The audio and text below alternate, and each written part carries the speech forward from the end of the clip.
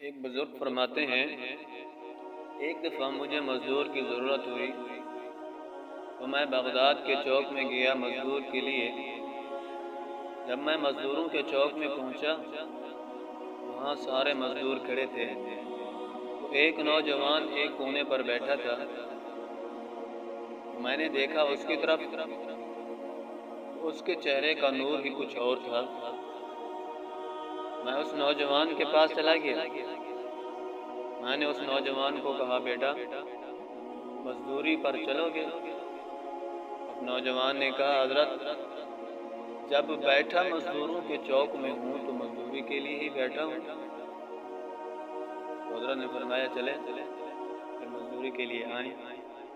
اس نوجوان نے کہا، حضرت پہلے میری کچھ شرائط سنیں، میری کچھ شرطیں ہیں، میں تب پھر آپ کے ساتھ کام پر چلوں گا۔ حضرت نے کہا، شرطیں تو آقا کی ہوتی ہیں، مالکوں کی ہوتی ہیں، تو مزدور بن کر بھی شرطیں، تو مزدور کی کون سی شرطیں ہیں؟ اس نوجوان نے کہا، دیکھیں اگر میری شرائط آپ کو منظور ہیں تو میں آپ کے ساتھ کام پہ چلتا ہوں، اگر میری شرائط آپ کو منظور نہیں ہے تو اللہ حافظ، آپ اور مزدور ڈھونڈ لیں، اپنے کام کے لیے لے جائیں۔ اس بزرگ نے کہا، چلو بتاؤ آپ کی کون سی شرطیں ہیں؟ نوجوان نے کہا، سب سے پہلی میری شرط یہ ہے کہ اور مزدور ایک دہاڑی کا 4 دینار لے رہے ہیں، میں 4 دینار کے بجائے 3 دینار لوں گا۔ دوسری شرط میری یہ ہے کہ جب اذان آئے گی پھر میں کسی کی نہیں سنوں گا، میں اللہ کے حضور اللہ کی نماز ادا کروں گا۔ تیسری شرط کیا ہے؟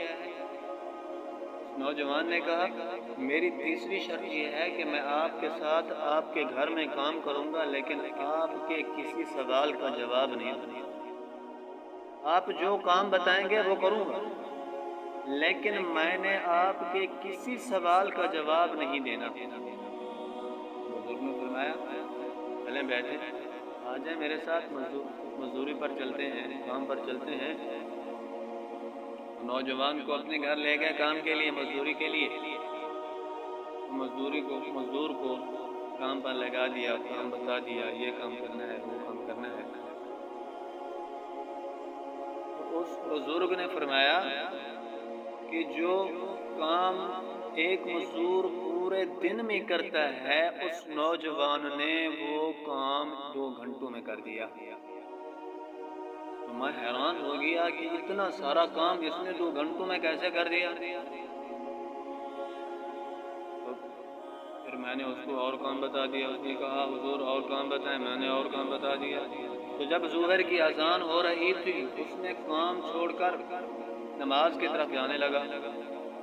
میرا بیٹا کھڑا تھا، اس نے کہا کہ نوجوان، یہ جو مٹی ہے راستے پر پڑی ہوئی ہے، اس کو بھی ایک طرف کر لیں، اس کو بھی سیدھا کر دیں۔ نوجوان نے کہا، خاموش ہو جا، چپ ہو جا، میری بات آپ کے باپ سے ہو گئی ہے۔ جب اللہ کی اذان آتی ہے میں اللہ کی سنتا ہوں، اللہ کے علاوہ میں کسی کی نہیں سنتا، میں اللہ کی نماز ادا کرنے جا رہا ہوں۔